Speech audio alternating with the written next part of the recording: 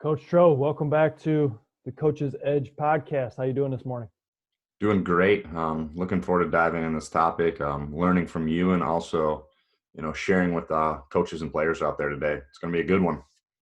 Yeah, I know ball handling is always a hot topic, and I hope that I can share some of my thoughts on some of the positives, the negatives that we can do to improve as coaches and players. Yeah, it's definitely a hot topic. I was just actually reading a thread last night on Twitter, and it was talking about offensive philosophies, and I was just surprised how many coaches their philosophy is just attack, attack, attack. Ball handling is or attacking is their number one skill that they emphasize. They ranked like passing, attacking, screening, and screening was like the last. Everyone's looking to attack. Everyone's looking to get in the paint, penetrate, kick out. So being able to attack off the dribble is just the way that the game is trending right now is a huge asset. So might as well just dive in because it's important, and let's get to it. With attacking, I know that you have kind of some rules for dribbling. So can you explain that to the listeners out there? Why should they dribble the ball? Why should a player dribble the basketball?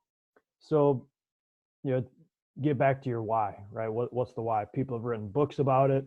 It's the most common question my daughter asked me why, right? Purpose, right? We come back to what's the purpose. So I think that if we understand as coaches and players the purpose of why we should be handling the basketball, then all the other things can come into place. So 5 purposes of handling the basketball in a game. The first purpose is super simple. It's we need to advance the basketball up the court. We can do that with the dribble, or we can do that with the pass, right? So that's one. The second thing that we can utilize the dribble for is to improve spacing and passing angles. Okay, so if I have the basketball more towards the top of the key or the slots, I have a teammate in the post, can be a tough post feed from that spot. So I might dribble 1 or 2 hard dribbles towards the baseline and then throw the pass in. If I'm a point guard setting up my offense, it could be as simple as getting the basketball to a certain spot before I set up our team's offense. Those are common things that we need to be able to do with the dribble. Another key piece of what we use the dribble for is being able to draw fouls, right? You talked about attacking so much. Using the dribble to draw fouls, put pressure on the opponent and get them in trouble. That's one of the most common ways that we draw fouls in the game is using the dribble. I mean, you're rarely ever going to see a team get in foul trouble when they play against a team that doesn't attack, that doesn't dribble the basketball. You got to be able to do it. Your fourth main reason for handling the basketball is escaping pressure. Okay, escaping pressure. You want to be able to back dribble at times. You want to be able there's a double team coming. You want to be able to get out of trouble there. I know many teams where there's a couple primary ball handlers on the team. And so the coach would say, okay, you guys are handling the pressure and everybody else just kind of be in certain spots. And if you need them, you know where they're going to be at. Handle the rock, stay out of trouble. It could be as simple as avoiding a 5-second call in a game, but we need to use the dribble to make sure that we can escape some pressure. And then your fifth reason is to create scoring opportunities.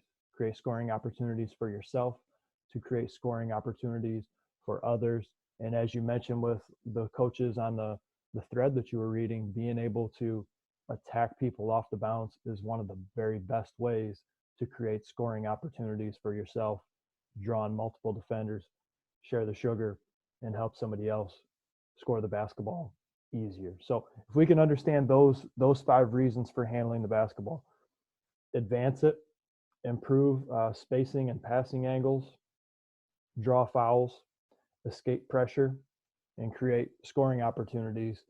If we're not doing any of those 5 things, now we can try to cut those out. And that's where a lot of coaches also get frustrated. The extra dribble. Why are we dribbling too much? If we're not answering one of those 5 questions, now, okay, let's go on the game film. Let's check that out. Let's get rid of all these extra, because that is the type of ball handling that slows and clogs up a team's offense. No, I love that you simplified it to 5 things, and you mentioned watching film or just even in practice. Why did you dribble there? And if they can't answer it with one of those reasons, those 5 reasons to move the basketball, then they probably shouldn't have dribbled. And that leads to mistakes dribbling the basketball, because yeah, you limited it to 5 things, but they're a little more complex than just that. So what are some mistakes that players make when they're dribbling the basketball in a game? So I love that question, because we've explained the why, the purpose. Now we're getting into a little bit of the how, right? How can we do things better, which is good. So something that we need to do more often, and I think this is an issue of maybe some of the old school. I know when I was growing up going to basketball camps, this was a thing I was always taught, was dribble the basketball really, really low. Dribble really, really low. Do the little spider drill and the low figure 8 drill. Looks really cool, right? I know you were sending me some videos last week of some people doing it, and that doesn't happen in the game. Body low, ball high. When the ball gets up to around our hips, that's what I call dribble triple threat. We can get behind it and pass. We can get behind it and run with it. We can easily get it up off the dribble from there and shoot it. And dribbling the basketball really, really low has a few benefits. Like, there may be a few times where we need to really protect or get out of trouble. But for the most part, when you watch a basketball game, that basketball is coming up nice and high. So that's a common mistake that I see among basketball players. And when I say that, I'm talking about generally high school level and below. The second mistake that a lot of players make is their footwork, how they try to attack. When most players attack, they really step out too far. And I think that's something that we're taught, like, take a big first step, take a big first step. Coach, you teach physical education. You know that if I'm in a position and I really try to step out far, that is not a stance or a position that makes me want to take another step. It's more of a stop position. My heel goes in, it starts to stand my knee up, my leg goes up into my hip. It's more of a walking upright position. That's not how we attack. That's not how we drive. So getting kids to understand it's not so much about extending all the way out as much as it is punching that knee through, driving our knee, digging our foot into the floor. I like to say, we're pushing the floor back. We're pushing the floor back. We're chasing our shoulders, and that's going to help us be more explosive when we're moving. Where I was taught, hey, you want to get by somebody, take a big first step. And then I'm wondering why I'm working so hard and not getting by anybody. Another key piece is making sure that our body is in the driving line. When I'm watching high school game film, it's surprising how often I will see a guard or perimeter player dribble around the arc, but their shoulder or their hip is facing the rim. Their body is not in the position to shoot. It's not in a position to drive. And they become a poor passer because they can really only see half the court because they're kind of facing the sideline, the crowd. And so if we can keep our hips more so on the rim, now it can allow us to see everything. It can allow us to get into a drive or shot right away, depending on where the defense is. And if we do need to move laterally, we can still, almost like an upright defensive slide, right? I call the slide dribble. We're sliding laterally. Steph Curry does this probably better than anybody that I've seen because he's such a great shooter. And so he doesn't want to let that defender off the hook. So his lateral dribbles are almost always a slide dribble. That defender makes a little bit of a mistake, boom, that shot's gone. So that's a big thing that kids can do better. The fourth one is a little more specific. You see this a ton at the NBA and college level, and that's called the pocket dribble. And what I mean by the pocket dribble is you think of a pound dribble that kind of goes straight up and down. Well, the pocket dribble is where you bring the basketball and it comes up and it comes back a little bit. Not so your hand's underneath the ball, your hand gets behind the ball, but it's easy when your hand gets behind the ball to now pass it, to drive it, or to get your second hand on the basketball and come up and shoot it. It also increases your ball in hand time. The longer the basketball is in your hand, the easier it is for us to make a decision. And it's surprising how many athletes that will come in to a camp that I'll have, and when the ball, as soon as the basketball gets in their hand, they dribble it again. As soon as it gets, and they're just dribbling, dribbling, dribbling, and it's like, whoa, we need to slow and soak the basketball up a little bit. Boom, then you can explode with the next dribble. Then you can soak it back up again, and then explode with the next dribble. More purpose with the dribble, being able to increase ball and hand time by pocketing the ball and bring it back is very, very effective. All the high level players do it. And then the fifth mistake that I see a lot of players make is the false step, stepping backward before they go forward with the dribble. Now, there's times where you would do this and it would make sense. But what I want to try to get our players to do is, if you can imagine you're standing with the basketball and you have a defender who's right in front of you, and you get into that back foot load. So you kind of get skinny. One foot is in front, one foot is behind. And you imagine that defender's in their wide stance, how difficult it's going to be for you to now attack right or left in a straight line because you've shrunk yourself down using your footwork.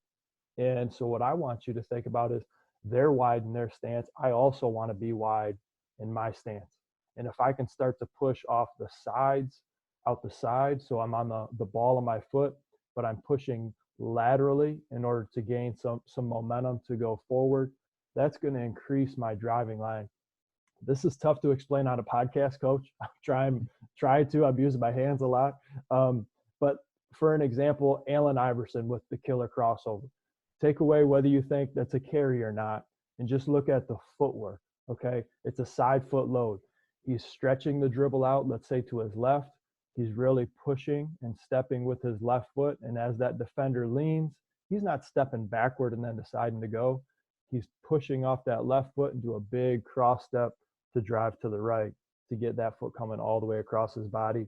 Being able to push laterally to the side is a great, very useful way as ball handlers that we can create some explosiveness to attack off the dribble. So I know that was long-winded. You have to forgive me because I get so excited about this stuff. I just want to break all the pieces down. But we need to dribble it higher.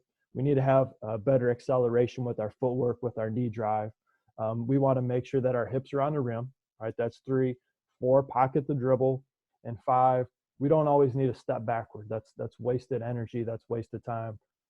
We can use other types of footwork to take space right away. Phenomenal stuff. I liked how you painted the picture. With Allen Iverson, really in my mind, like I was kind of wondering what you're talking about. Since I've been to your camps, I remember. But no, it's great that you mentioned that killer crossover and painted the picture of how he does it and avoiding that false step.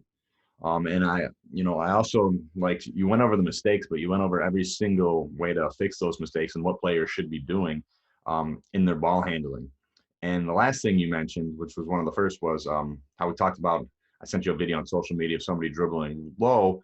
And if you get out there on social media, it doesn't matter what platform, there's going to be a trainer, a coach, a player, somebody showing just a million different drills. And they could be as complex as balancing on something while dribbling 2 basketballs and having something on your head. Now, what's your advice to players and coaches to kind of avoid that fluff and to avoid any common mistakes they're making when they're training their ball handling skills? You need to have the purpose, right? And so what we broke down, right, that should be, we talked about the mistakes and the things that we need to do in a game to handle the basketball. If the majority of the work that you put in is focused on purpose, now you're giving yourself a foundation. Now, I talked about dribbling low, for example. It's not like we don't dribble low in our camps. I like to dribble low myself as a warm-up. I get a lot of reps. I get my hands feeling good, right? You could do some low, but I know that's not going to be necessarily what I'm going to do in a game. I just know for my workout, it's a great way to warm up. And I think as athletes, we need to answer some of those basic questions. Are we covering these important topics in order to be successful in a game? If we can check those boxes, and then maybe we can get to it from different ways that are fun for us, are comfortable for us, then that's okay, right? Whether that's dribbling 2 basketballs or you like to do a basketball and a tennis ball. I know Division I programs that use tennis balls. I know other coaches that can't stand it, right?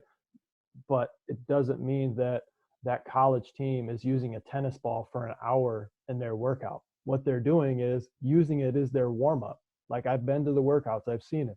They'll be the point guard of Division I school, and he's just, working on his hand-eye coordination. He's dribbling the basketball. He's getting warmed up. Okay, then the tennis ball goes away, and he works out for the next 55 minutes. It needs to have a clear order of importance as far as what you're trying to accomplish when you're practicing. Yeah, a player's definitely got to answer the question of, why am I doing this? What is the purpose? What's the why behind it? And I think you get back to that. And, on the topic of ball handling and dribbling, like I mentioned to start the podcast, being able to attack the paint is a huge part of the game right now. The Houston Rockets kind of changed that, and it's trickling down as you want to get a layup or kick out for a three. So what are your tips for any high school player out there, any player out there listening, any coach out there listening, of being able to get by the defender? Because you could be a great ball handler, you could have all the moves in the world, but if you can't get by anybody, it's just, activity without achievement. You're just in the same spot. You got to be able to get by the defender, create that small advantage, and then hopefully you can turn it into a large advantage to help your team out on the offense end. So what are some tips that you have to attack a defender, get by him? No, I love this because we're getting right into the meat of it, the most important things that we can do to attack. Because as you said, everybody wants to attack.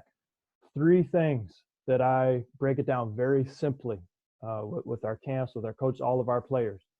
Number 1, we need to close the gap on that defensive player. And so what I mean by that is we need to get, and I like to use the rule of approximately arm's length away as far as how I want to engage that defender, get into their space, so that when I take my first step, when I drop my shoulder, I'm attacking their foot, I'm attacking their hip, I'm getting into their stance. Oftentimes players may have great ball handling skill, but they're using it so far away from the defender that it's not accomplishing anything. Okay, so we want to close that gap first. The second thing that we want to do is attack tight.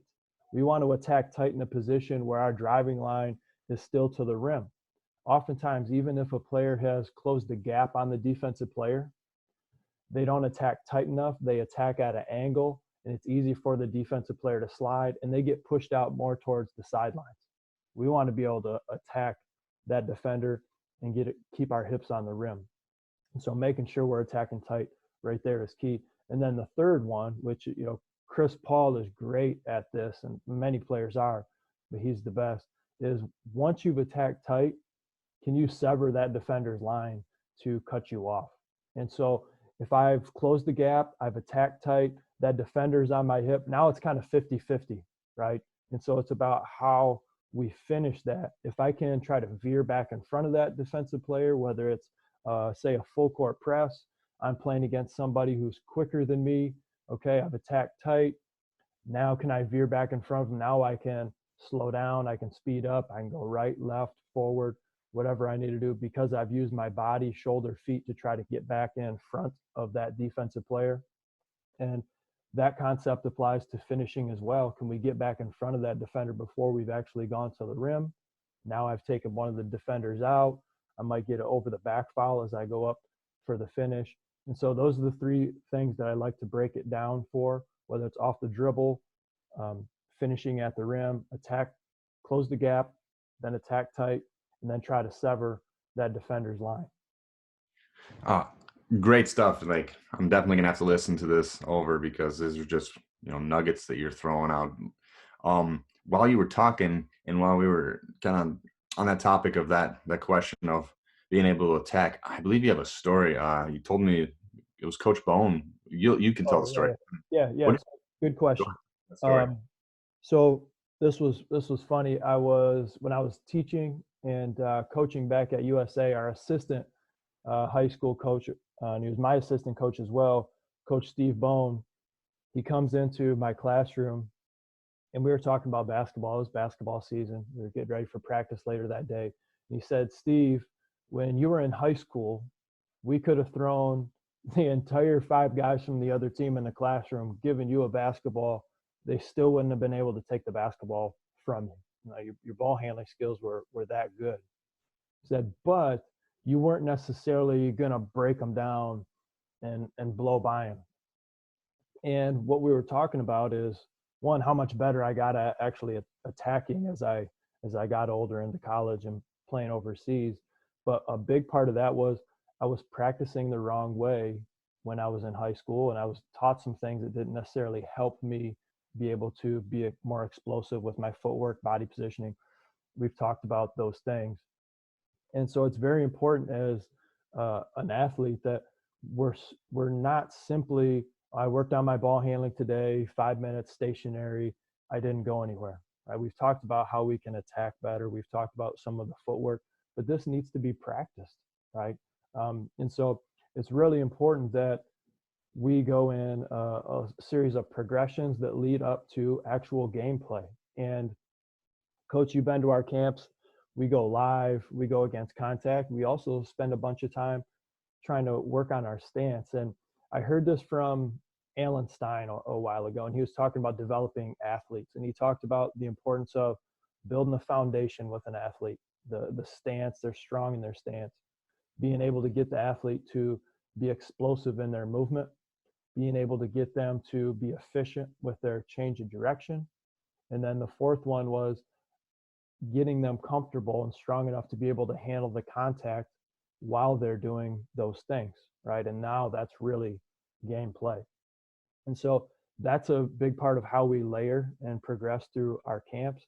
And after doing more research and studying, I found that if players can learn to hold a position first, that can be really beneficial as just kind of an isometric hold exercise to improve their strength. And also, because they're improving their strength in a basketball position, it can also reduce some injury. And so being able to build our athletes from, okay, we have this foundation, now let's learn how to properly move out of it, change direction out of it. We'll give them some contact. And then again, you'll add in decision making. Now it's very game-like, but you're piecing things together for them. Two things I want to highlight. One is Coach Bona, definitely a wise man, and that's why USA Basketball's had some success as him as an assistant. And it makes a lot of sense that we all know or have coached somebody that can just handle the basketball, but they don't go anywhere with it. And you got to have purpose, and you got to be able to achieve what you're trying to achieve, which is one of those 5 things you mentioned at the beginning of the podcast. And the second thing you talked about is we could probably do a whole podcast on stationary ball handling, the benefits, the pros and the cons. But one thing you're talking about is building that foundation. And both players and coaches can definitely buy into, I'm not only working on my ball handling, but I'm becoming, more athletic, be more explosive by being able to stay in this stance. So I just wanted to highlight that because I think that's great stuff. And that's stuff that our listeners definitely need to hear and will benefit from. But let's switch gears back to attacking. So we were talking about attacking, and what are some of Coach Kramer's tips and favorite moves when attacking a defender off the dribble? All right. So you're not going to hear any special 3 crazy drill combo from me. Okay. You're going to hear 2 variations. Okay. Everything comes down to 2 variations. I can freeze my defender, or I can shift my defender, right? And so when I break it down to 2 categories to try to attack the basket, things become very simple. And then it becomes a little bit more about what are the things that I'm successful with, that I'm comfortable with, that kind of fit my game and my style. So what I mean by freezing my defender, and I'll give you some examples. The Tim Hardaway killer cross. We're going back in time a little bit, but if you YouTube, for our younger listeners, Tim Hardaway killer cross. He would come up on somebody, stop, go between the legs, crossover, boom, and then go again. And he's gone. And his ability to freeze the defender with a change of direction move and be able to stop and go faster than that defender could stop and go, left the defense in the dust. It just froze him. And then boom, he's gone. Another example, one of the quickest players I've ever played with or against was a teammate of mine overseas, played for Dayton.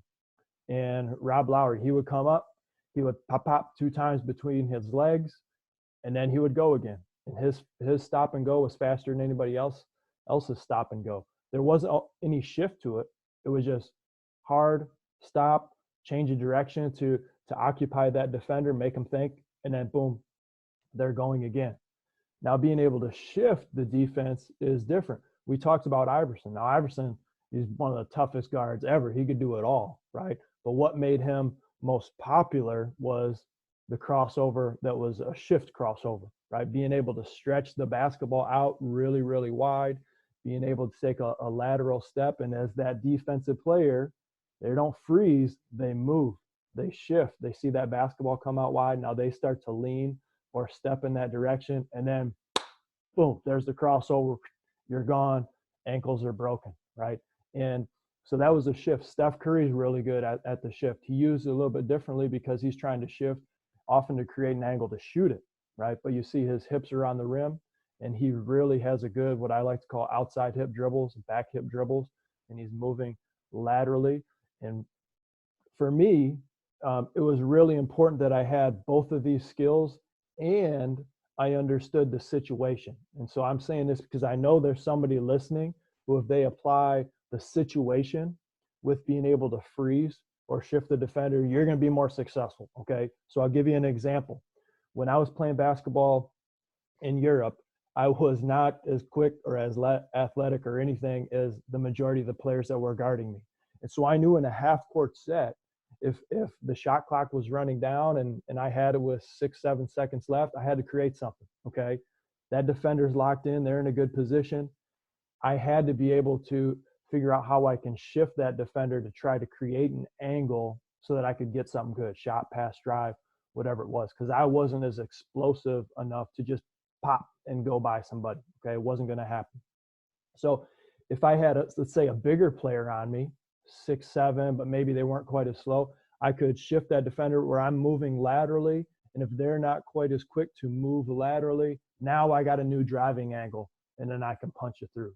And if I was playing against a more athletic player, I know they're probably going to beat me to the spot anyway. So my ability to take a lateral dribble, to step outside and shift that quicker defender to beat me to the spot, now I can get into a crossover between the legs and getting to a driving angle. Whereas if I only went crossover between the legs without trying to shift that defender first, I wouldn't have gotten anywhere. Okay, so that really, really helped me. However, there are times where the freeze is very, very effective. Okay, so even if you're a slower player like I was, I knew if I was attacking in a semi-transition, semi-break, maybe it's a 3-on-3, everybody's just kind of slowly getting back, but I was coming up on my defender. It wasn't 5-on-5 half court yet.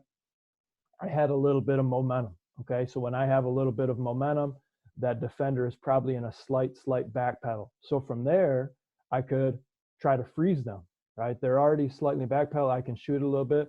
So being able to come up and say an in and out crossover, in and out, great to freeze the defender.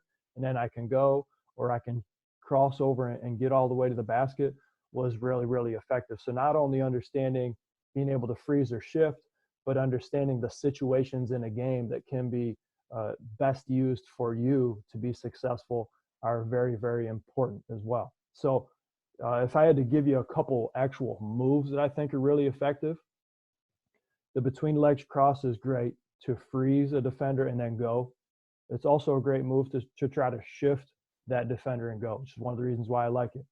And the same thing for an in and out into a crossover dribble. In and out's tight. In and out might be my favorite dribble, okay, if you're going to practice something, because the ball doesn't switch hands. It's still in the same hand. A lot of times you can use an in and out dribble to replace a basic up and down pound dribble. So you're not really dribbling it extra by using the in and out. Low likelihood of turning the basketball over, but still you can really fake a defensive player out or freeze them using the in and out. So being able to attack a defender, quick in and out crossover can be used as a freeze, or I can go slow in and out, stretch my dribble out laterally, and as that defender starts to shift with my in and out, boom, then I can add the crossover and go the other way. So that's a little bit of how I like to break down getting by a defensive player. And as a coach, I love it because it simplifies moves into, do you freeze them, do you shift them, and then you can build up your repertoire and have players practice that. And then in your offense, you can ask a player, how'd you try to get by the defender? And did you shift them? Did you move them? What should you have done?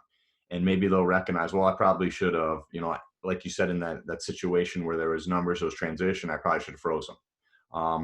Um, if it's maybe a half court setting and the defense already set up, maybe you should have shifted them. So it helps the players understand, not that, you should have done this move and inside out behind the back. It's no, did you freeze them or did you shift them? And you simplified it.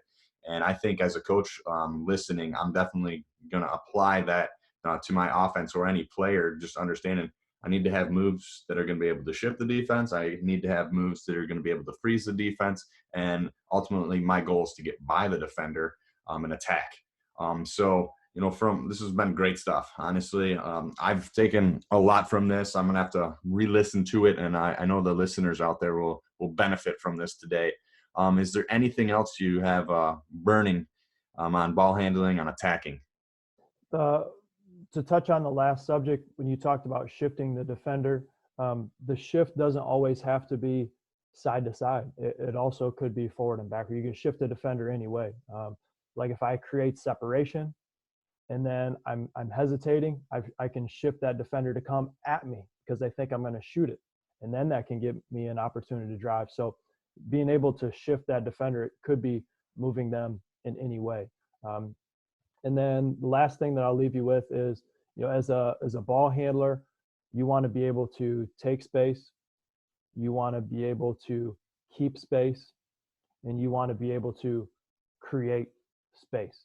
And that's another simple way that as a coach or as a basketball player, we can think about the purpose of what we're doing. Am I doing one of those three things? Am I keeping my space, right? I'm trying to hold a position and protect the ball while my teammates get set up. I'm waiting for a ball screen to come. Am I creating separation because that defender is tight? I need to create space to avoid the 5-second call. I need to create space so now I can try to break down my defender again and attack, right? Or take spaces, which is what we've talked about the most, which we're talking about closing the gap, attacking tight, severing the line. If we're accomplishing any of those three things, generally we're going to have great purpose handling the basketball. Oh, great stuff. Thanks for sharing the knowledge. And hopefully everyone benefits, like I just benefit from that last half an hour of listening to Coach Kramer on attacking, on mistakes on ball handlers make, on how to build it. So great stuff. And thanks for sharing it with us this morning, Coach. Thanks again, Coach. Get after it today. Yep.